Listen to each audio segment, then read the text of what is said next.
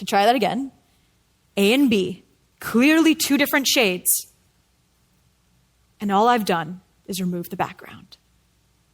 Now, if your head is spinning and you're upset at me removing the background, I promise for this next one, I'll make it a little easier on you. For this next one, I'm not going to be changing anything at all. I'm not removing any context. You'll have the slide in front of you as long as you like. This next one is a particularly big favorite of mine. This is an illustration of the cafe wall illusion, talked about because it was first seen on the outside of a cafe wall. Simple picture, right? You have a couple of black and white squares alternating, and you have different rows of this pattern, slightly offset. The offset, I'll give you a hint, is what makes this illusion so much fun. As you can see, there's something just slightly off about this picture. All of the horizontal gray lines running through this picture are slanted. They're kind of wonky. They look like they're on the verge of running into each other. But if you look at each individual row, you'll notice that all of these gray horizontal lines are perfectly parallel. There's no slant to them at all.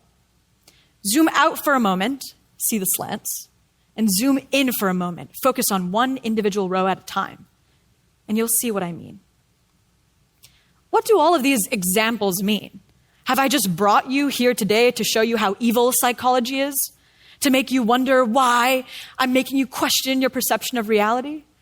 I promise, there is no evilness of psychology involved. In fact, as such a beautiful discipline, psychology exists to show us why we have these cognitive illusions.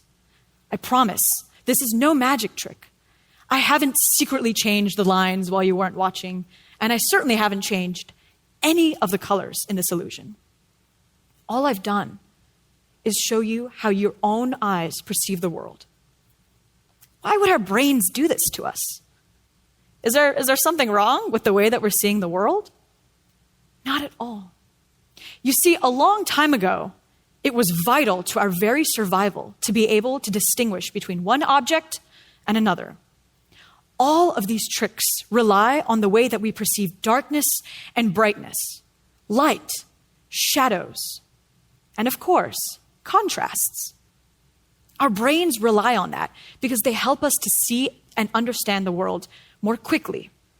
And as you can probably imagine, the faster you can distinguish between one object and another, the likelier you are to survive.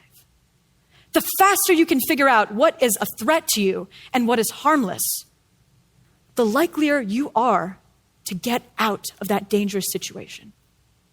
And so our brains have evolved this miraculous and incredible ability to quickly distinguish between objects, just to help us.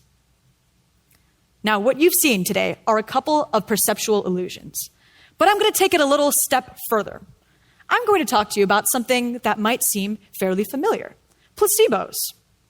Now, you've seen some perceptual illusions. You know so far that your mind informs your reality, the way that you see things. But placebos are a fun little example of how your mind can change reality. For those of you who don't know, a placebo is a very simple concept. It is a treatment that actually has no medicinal or therapeutic value. In essence, it does nothing to your body. Few examples of this are some fake pills. They're often made out of sugar, fake injections, things like saline, and they even have fake surgeries where they put you under, but they do basically nothing to you. Why do these treatments exist? Well, there's this very fun phenomenon called the placebo effect. Pretty fitting name, huh? Psychology is good at those. But the thing about the placebo effect is this.